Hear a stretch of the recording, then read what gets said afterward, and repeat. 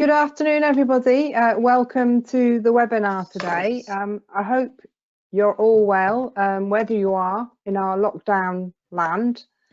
So welcome to today's webinar, which is the third of our Natspec Award winners webinars.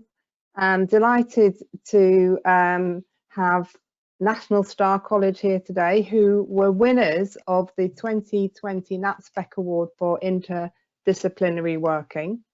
And in a minute, you're going to hear a presentation from the National Star College Principal, Simon Welch, and Joanne Kingsbury-Elia, who is Head of Learning and Support at National Star.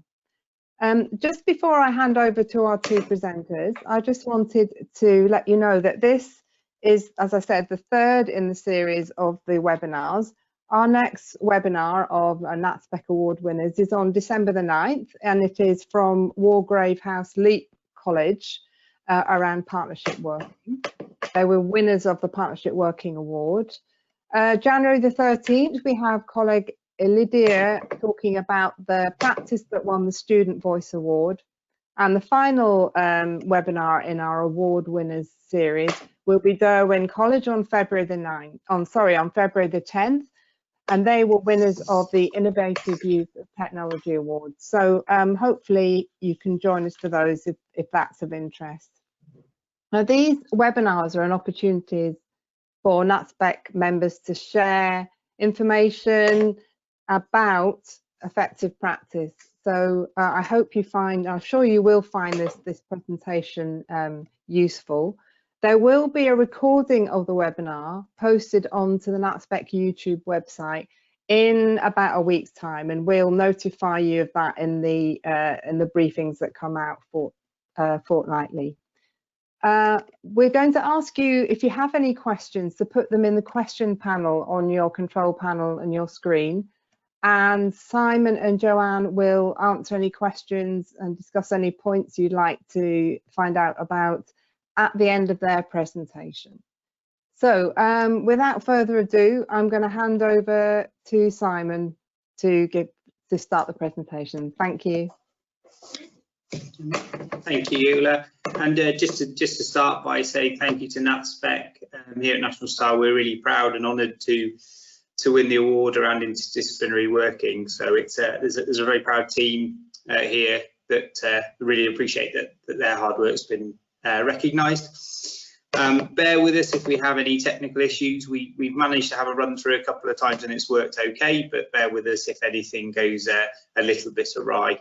Like I say, there's an introduction element from myself, and then I'll pass over to Joanne Kingsbury-Elia, who will pick up the main body of the presentation.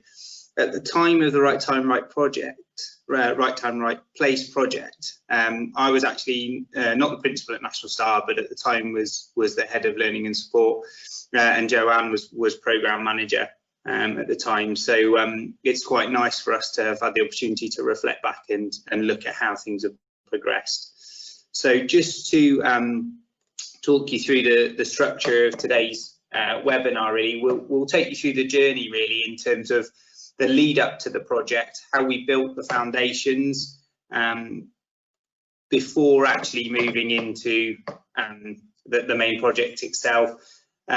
Talk about what the intentions were, how we implemented it, and what the long-term impact of it has been, and where we've moved it forward and taken it on from there. And just to give you a bit of background information, National Star was established in 1967, so we've been around for quite a long time. We're up here in Gloucestershire, nestled between Gloucester and Cheltenham on the edge of the Cotswold, and you can see in the picture there the old building. That's the original manor house that the college was established in.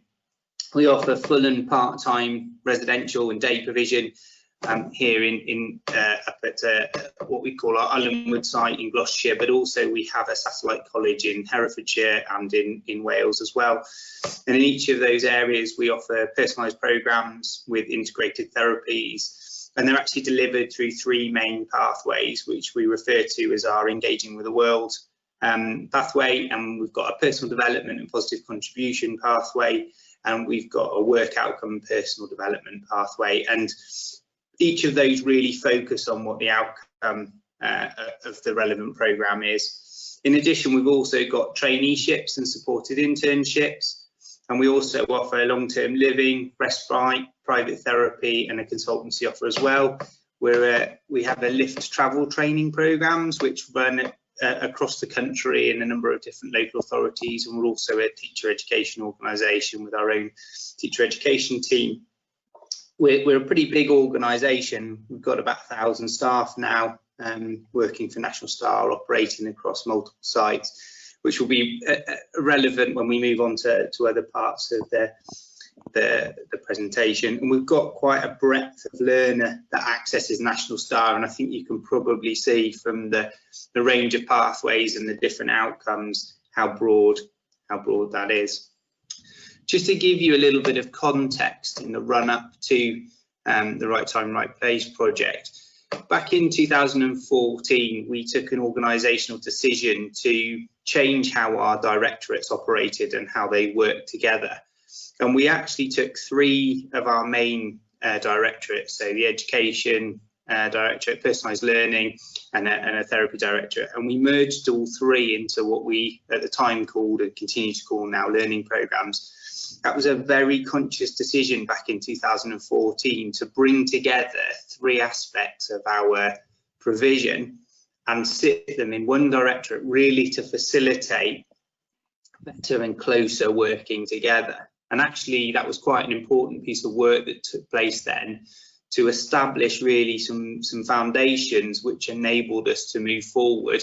And I think having reflected whilst writing this presentation, we probably, had we not done that, wouldn't have been in the position that we were to implement the project that we did back in 2017 through to 2019. It was also on the run-up to 2017, we recognised that there was a changing picture coming through in relation to the young people that were accessing National Star and the programmes that they needed. It sort of also tied in with the introduction of the HCPs at that time, and it was what I would say is a gradual change. So it wasn't like a sudden step change or a sudden jump in a particular cohort or a number of particular cohort of students, etc. It was gradual, and I think we could easily have missed that shift was happening and what we needed to do. And it, you know, to some extent, it was almost creeping up on some of us that it was sort of gradually changing for, you know, and we're seeing learners with much more complex needs, medical and therapy needs, and also care needs.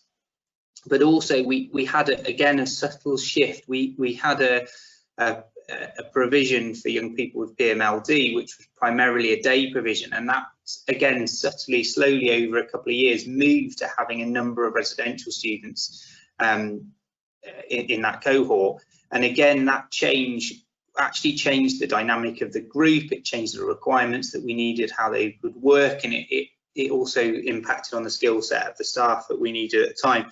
And again, that subtly came through, so it would have been easy to miss that. But also, I mentioned earlier that we've got 1,000 staff, you know, working for National Star. The staff teams are also growing rapidly to meet those complexity of needs. So we suddenly had a really rapid growth in the number of staff in our therapy teams, in our care teams, and also across learning support. Again, all of these things were all happening at the same sort of time. And there was kind of a moment where we kind of knew we needed to change. And at the time, I was new in as head of learning and support, and Joanne as programme manager, and we had a fresh look at it really, and a fresh look at the challenges that we were facing based on that very gradual change that was coming through.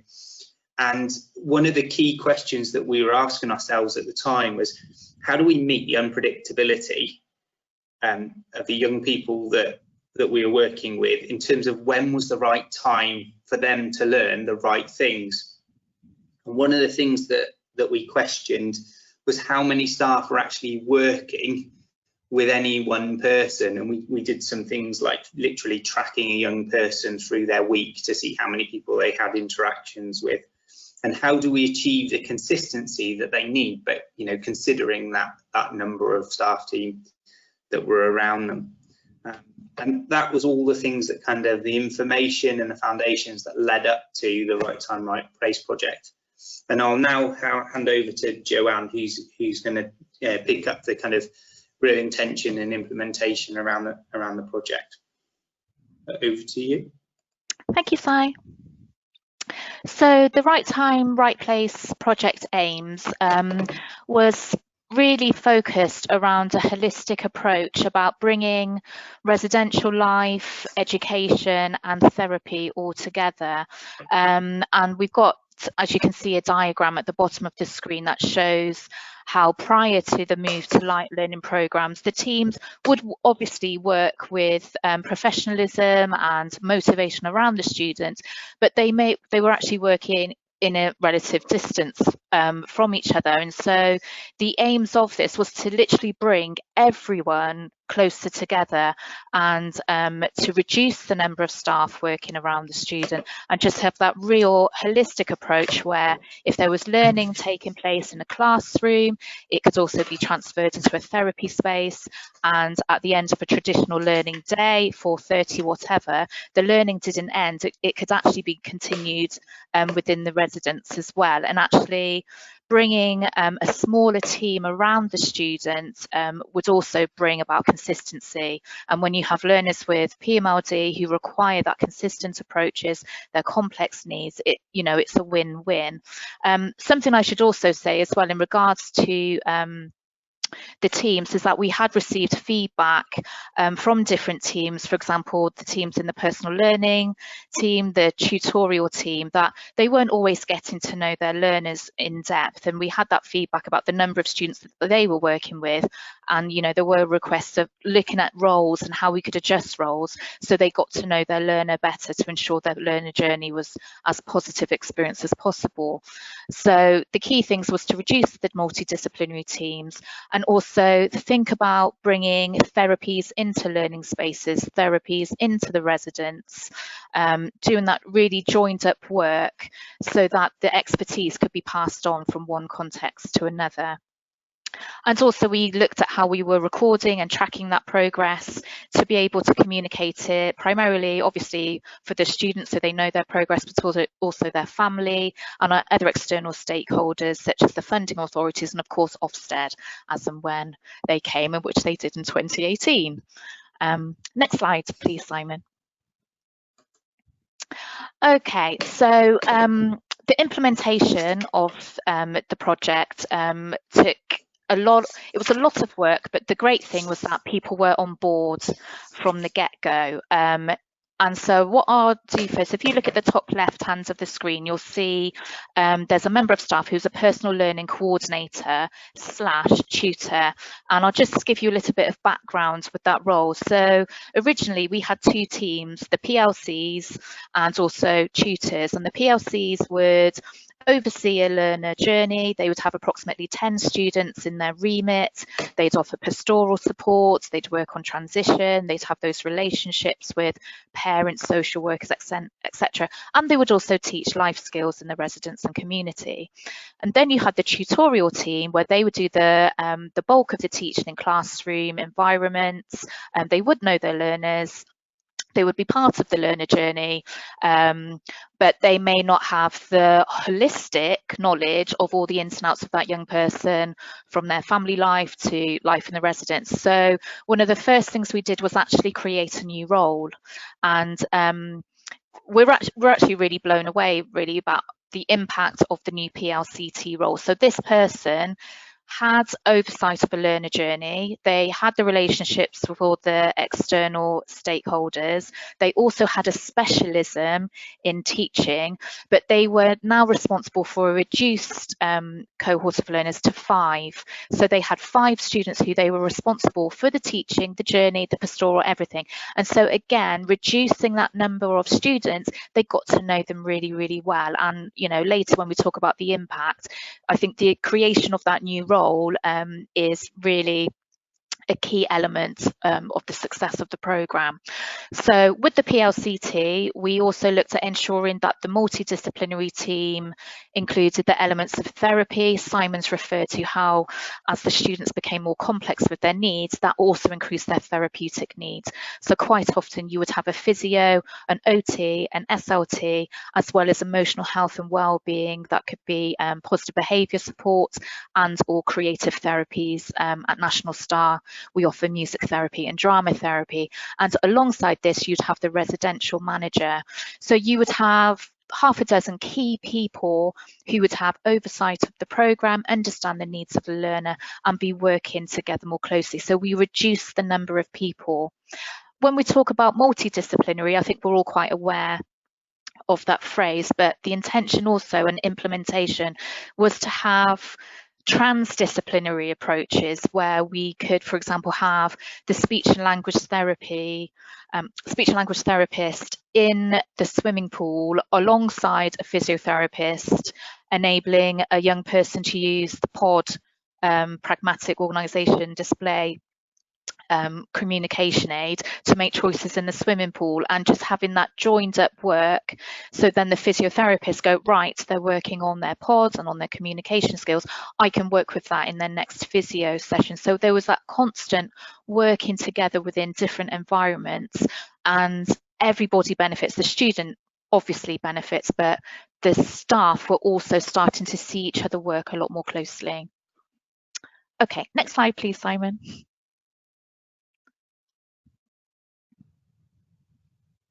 Okay, so again with the implementation, we introduced looking at these roles from 2017-18, and we had a cohort of 10 students who were identified to be part of the project. We worked in partnership with 2 residences that were geographically next door to each other, and we had two PLCTs working together. And because this was a new role, having 2 people do it at the same time, they actually buddied up, could bounce off each other, also support each other with different elements of the role. And it also just meant that working with the residential team, somebody could be teaching, somebody could be liaising with the residents or other members of the MDT, and just having those 2 members of staff working alongside 10 learners was a really good way to start. Of course, we also had the pledged SLT, physio, OT, and emotional well-being. So just having that smaller team around the learner, the results started to be shown, for example, in just communications with parents, the feedback that they were getting a consistent message coming across. If something happened across the day or an evening, messages were being told back to family. And also externally, the report writing also began to get that joined up approach. The PLCTs also fed back that they felt they had a lot more freedom in their role. We had consistent learning environments for them, but we also, because they had that pastoral and teaching role, we gave them quite a lot of freedom to be creative with their teaching, both of whom I should also say undertook training in intensive interaction. So we also ensured that we were equipping the staff with the skills they needed to implement this project. Next slide, please, Si. Okay, I've talked quite a lot about the PLCT role, but I think we shouldn't ignore the impact of the project on other people who were part of the team. So I'm just going to talk about a colleague of mine, Kat, who is now a PLCT, but she began her journey in her career at National Star as an education facilitator back in 2008. So she, prior to the project, would have been supporting tutors in different environments. It could have been with students within PMLD, with our work outcome students, entry level 2, entry level 3, quite a broad variety. But she found that as the project took fruition, she was actually being consistently allocated to supporting the students with the most complex needs, and she actually found that this consistency gave her more motivation, more understanding of the students, and she actually ignited her passion for learning with PMLD. She progressed in her role to a teaching assistant, and later in 2018 became a senior learning support. There's a really nice quote from her that you can see in this second bullet point. I won't read it out, but it touched on how being part of the learning support, being part of a smaller team, actually gave her the motivation to think about her own development as well and where she wanted to go. And so Simon has referred to our teacher education programme. She enrolled on the level 5 teacher training course at National Star because she actually, in her support and development, in her appraisal meetings, she actually talked about wanting to become a PLCT. She saw that was where her career was going. I should also mention that Kat, in her capacity as learning support, was actually nominated and won the Making a Difference Award at National Star. And when you're against 1,000 other colleagues, to be nominated and win is actually a huge achievement. And she put it down to the motivation and passion she had for the young people she was working for. And so, I'm also really pleased to feedback that Kat is actually now a PLCT. So she's met her, we talk about student aspiration, she's met her own aspiration for her career. So she's part of the PLCT team now, and her specialism is multisensory storytelling, and she's in constant communication with Joanna Grace, who's nationally renowned expert in sensory integration and multisensory storytelling. And Kat actually had the idea a couple of years ago now actually to join up the Cheltenham Literature Festival timing with our own Festival of Literature at National Star, and she, alongside another colleague, created Starlit Festival, which we've enjoyed for the last couple of years, but she was actually the lead for this year. So just given a case study on a member of staff also shows the wider benefit to the organisation from the project. It was primarily to enable young people with PMLD to achieve their aspirations, but part of it also was that staff development was a key success as well. Next slide, Si, please. Okay, I shall move on to the impact, and some of these you may already be able to predict, but obviously there was an improved programme delivery for the students. We were able to obviously achieve their primary learning goals set at National Star, and also those wider EHCP outcomes. It was clear in reviews that they were making that progress, and also the transition beyond college was improved because the PLCT alongside the transition team had less transition outcomes to focus on, so they could give them more attention and in-depth focus because they had that oversight for 5 learners. Students, probably their key area of progress was communication skills, and being able to assert greater autonomy through the development of staff and use of augmentative means of communication, whether it was intensive interaction or visual aids. Students left us with just a greater chance, I think, for life beyond college of asserting their autonomy. And this was a key piece of feedback we received from families at Leavers reviews. We've got some lovely feedback that families now felt that their son or daughter was ready to move on to another learning provision, and that they felt they had their son and daughter in a really, really great space at that time.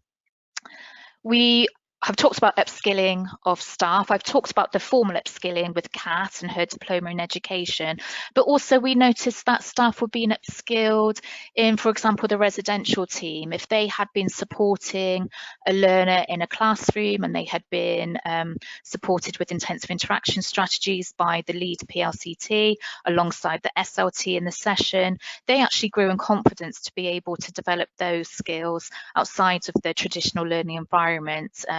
For example, we had a young man who had an evening routine of using a hairdryer to dry his hair after his shower, and he used to be a little bit reluctant to engage with that element of his routine.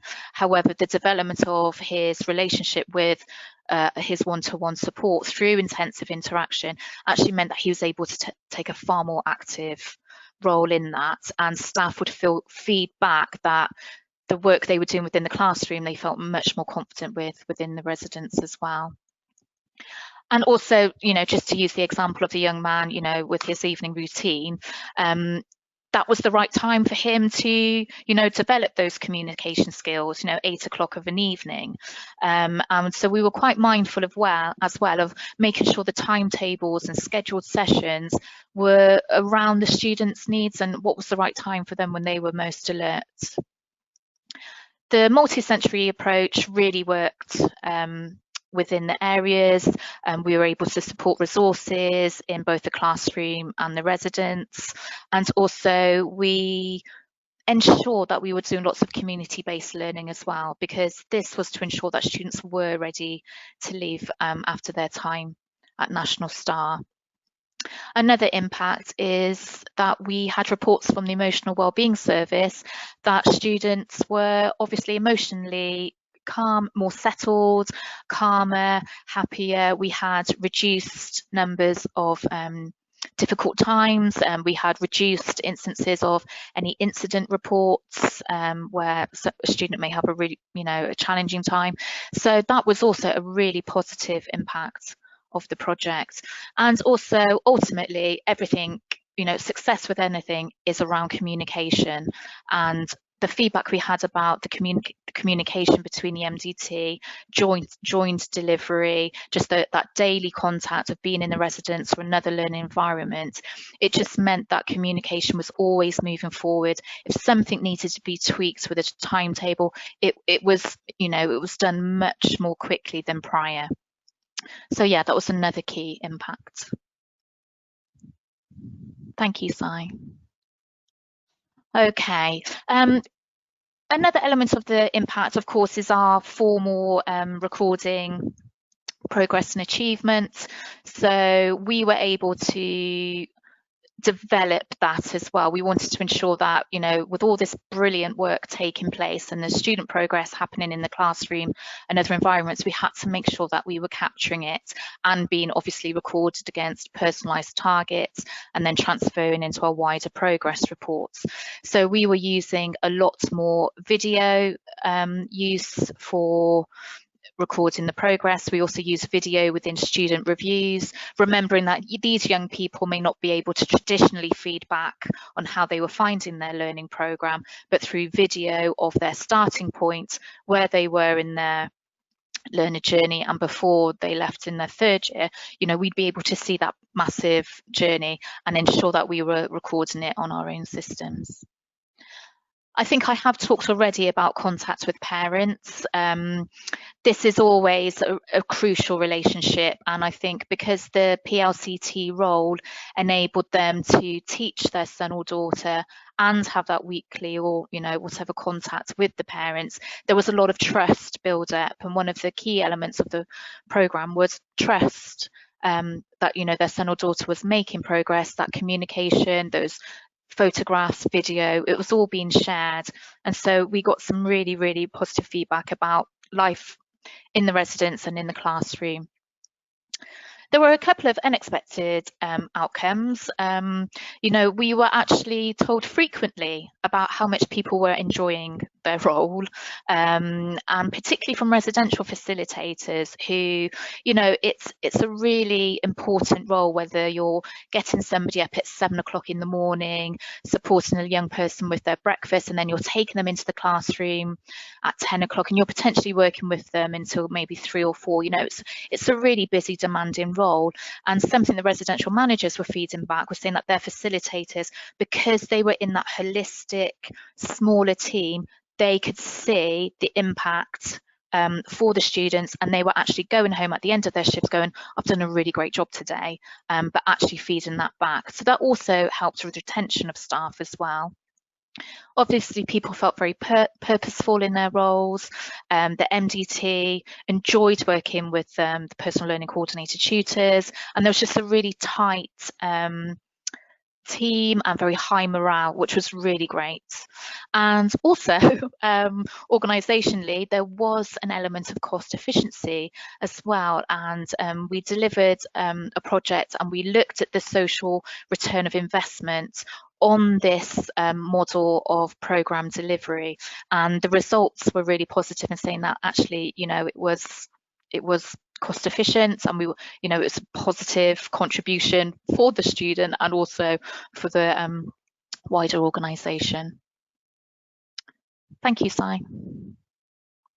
Okay, I'm going to bring it back to the learners now and just give you a case study of a young man called Bunty. You can see him just in the photograph there enjoying some pottery. He was actually part of the very first cohort and part of the Right Time, Right Place project. He was a student with us from 2017 to 20. He was from a very, very close family down Hounslow way. And their aspiration was for him to be able to live in supported living, but still be very close to them, because very tight-knit family. And so when Bunty first came to us, he was quite a shy young man. He sometimes would get quite upset, and he was quite introverted in himself. And so we knew definitely from the get-go that, you know, a small holistic team around him was really, really important. So you can see the members of the MDT there, and we also ensured that those working with him were working with intensive interaction strategies, and also he did have a love of music. So that was, we picked that up at pre-assessment, we picked it up with his family feedback. So we looked at the different ways that we could, you know, draw Bunty outside of himself. And over the 3 years, the young man just came on leaps and bounds. He was making far more sustained eye contact, enjoyment, being able to engage in sessions. The instances of him being upset reduced significantly. And we just really saw that he was able just to, you know, assert his autonomy in a much wider capacity. So we were really, really pleased also that we were able to meet his aspiration. So in August of this year, he's moved into supported living in his home area. National Star Transition Team worked alongside the PLCT to ensure that this was happening. It did look a bit hairy over the summer because obviously we had lockdown and different provisions, had some challenges, but we did get him ultimately where he wanted to be. And now Bunty accesses music therapy and other community-based activities, and his family are just really, really pleased with the progress he made. And we think also if he hadn't have been part of that PLCT cohort, maybe his outcomes may not have been as, you know, as excellent as they were. So yeah, just wanted to bring it life a little bit more with an example of our young man Bunty. Thank you, Si. Thank you, Joanne. Yeah, I think you can all appreciate when we hear the stories and the case studies that Joanne presented there. We as a management team, we didn't exactly have a difficult sell suggesting to staff that we probably ought to expand this model, and actually we had a lot of motivation and drive from those involved saying this needs to grow, this needs to develop. And we had a number of people asking us about the role and whether, you know, they could be part of a new cohort of staff that would be delivering in this new model. And you know, where we're at today is that we've got 45 students that are accessing their programme through this style of approach.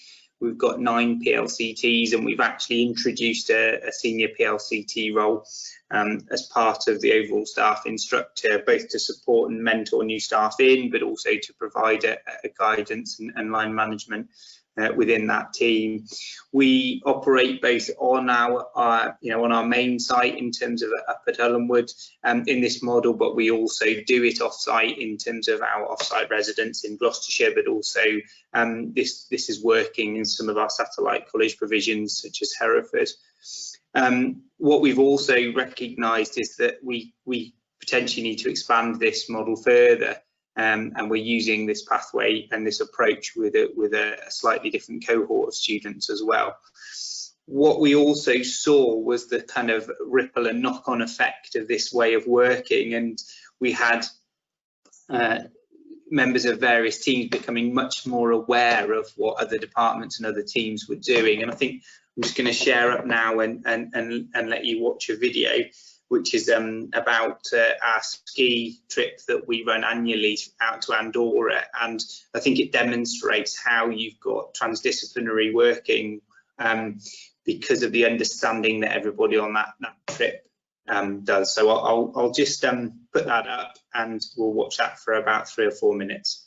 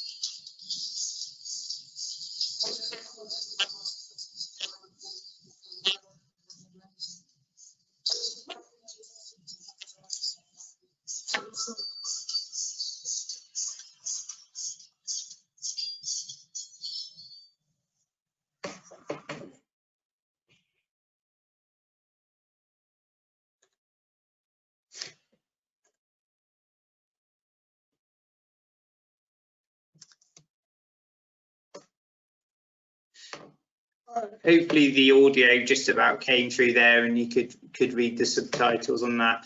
Although Alex isn't part of the Right Time, Right Place project, hopefully what you heard him talking about there and the experience that he gained from the ski trip, but you can appreciate that didn't just happen.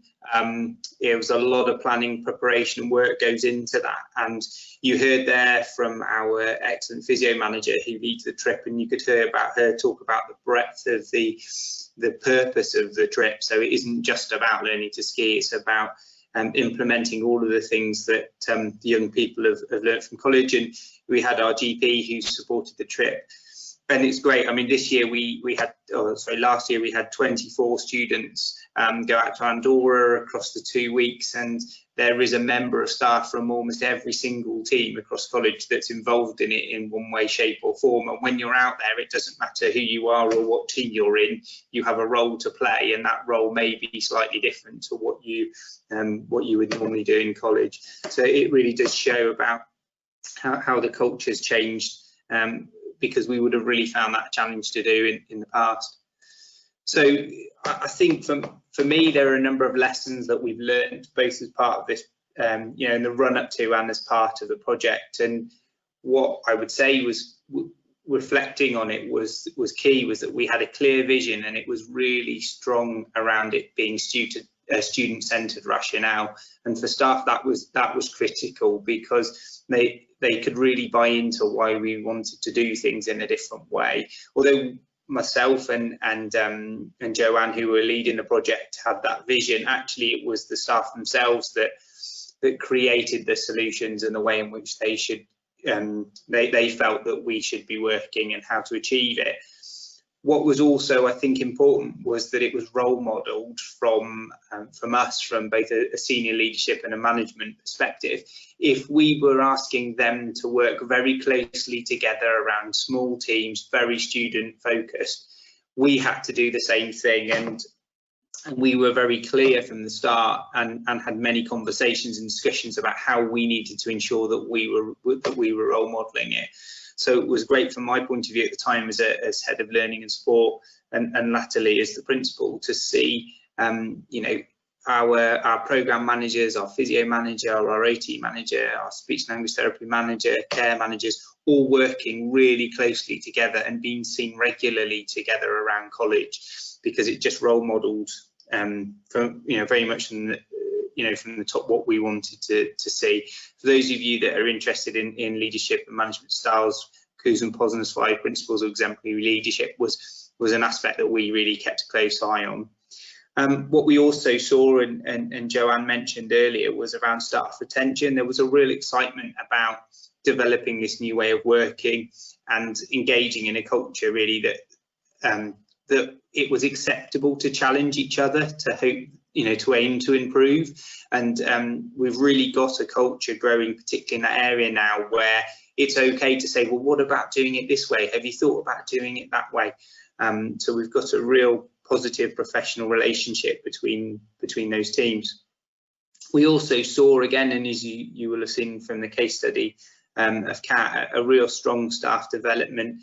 And what we saw was that staff were having the opportunity to experience working alongside people from outside of their professional field. And what that gave was an opportunity for people to think about where their own personal development might want to go.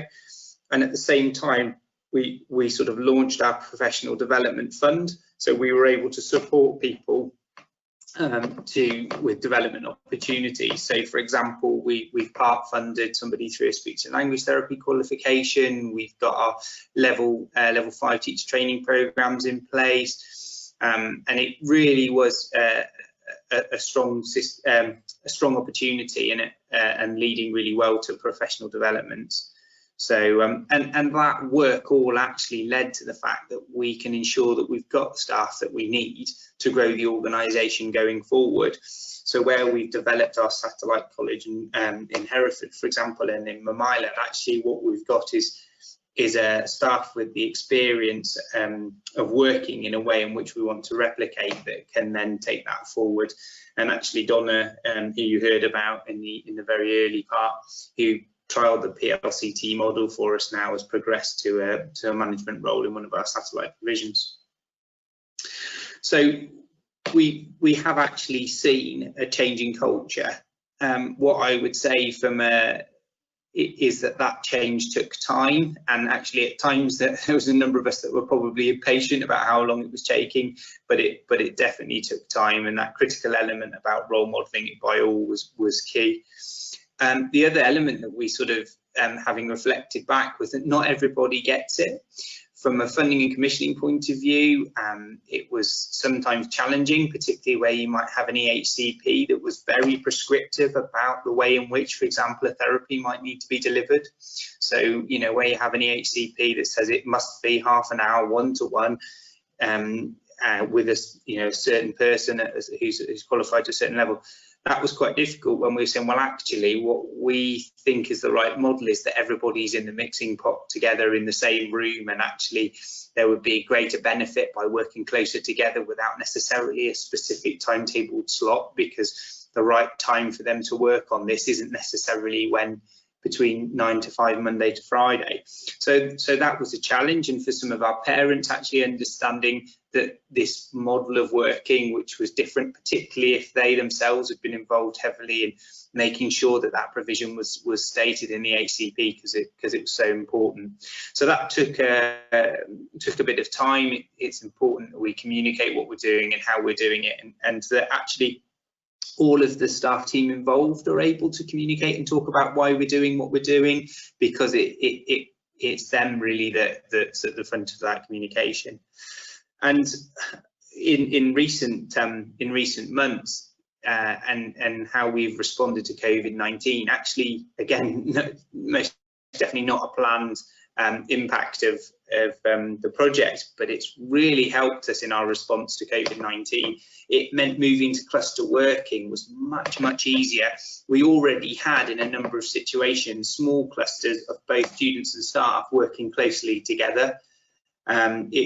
We had multidisciplinary teams that were comfortable and happy to work in different environments in different ways to reduce the risks.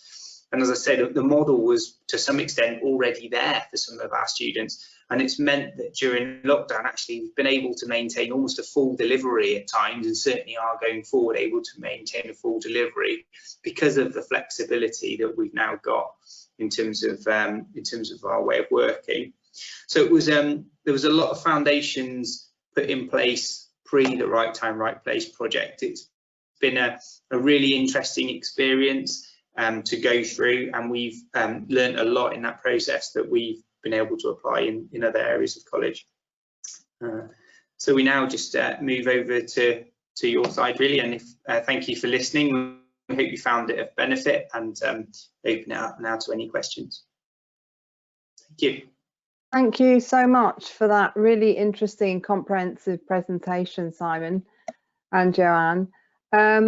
I just wanted to give people time to gather their thoughts and ask any questions. I kept thinking of questions I was going to ask you, and then you covered it on the next slide. So it was very comprehensive. I was particularly interested to hear how the approach, because one of my questions was going to be about how this approach has influenced or had an impact on the delivery of your support to other students with perhaps less complex needs. But it was very interesting to hear about how that has really come into its own with the COVID situation. I mean, I didn't know whether you had anything to add to that about the influence it's had on your wider staff team across the college. I can sort of come in there. It's definitely had an influence, because what we found is the lessons that we learned from the project and the way in which those small teams are working together is filtered out to other members of the wider MDT, and it's very much sort of created almost an expectation that we should work in that way almost across the piece really of what we do. So I think overall communication's improved, the way in which teams work together has improved, and I would say that that was absolutely invaluable in March, when we faced the situations that all of us did in how we responded to COVID-19. Having the ability to turn to teams and just say, look, you know, you're no longer going to be a team of tutors that all work together closely and sit in the same office. What we need you to do is separate out into these small bubbles, and actually your team is going to change. It's now going to be with a speech and language therapist, an OT, the residential manager, etc. So that piece of work was much easier because we'd already got a format and model that we knew would work, and they could also lean on their peers and say, well, how is it for you? Because you're already doing this, you've been doing this for 2 years. Yeah, and similarly, I've got a colleague who's another head of learning and support for another pathway within the college, and he's already, you know, like, we've worked very closely this year, and he's looking at how he can implement the PLCT model for students in the next academic year, because he has a cohort of students who are day learners from the local area, some of whom have autism and or sensory processing challenges, and so he's actually thinking, well, do you know what, for the next year, this, you know, linking in with where we'll be with COVID, that might actually be the model that he wants to. So there's been lots of, you know, support at every single level really for, you know, the progression of this model across the organisation. Thank you. We've got a question from Lisa Hart, who wanted to know if you needed to increase your staffing numbers, or were the colleagues involved already in place and you just needed to restructure?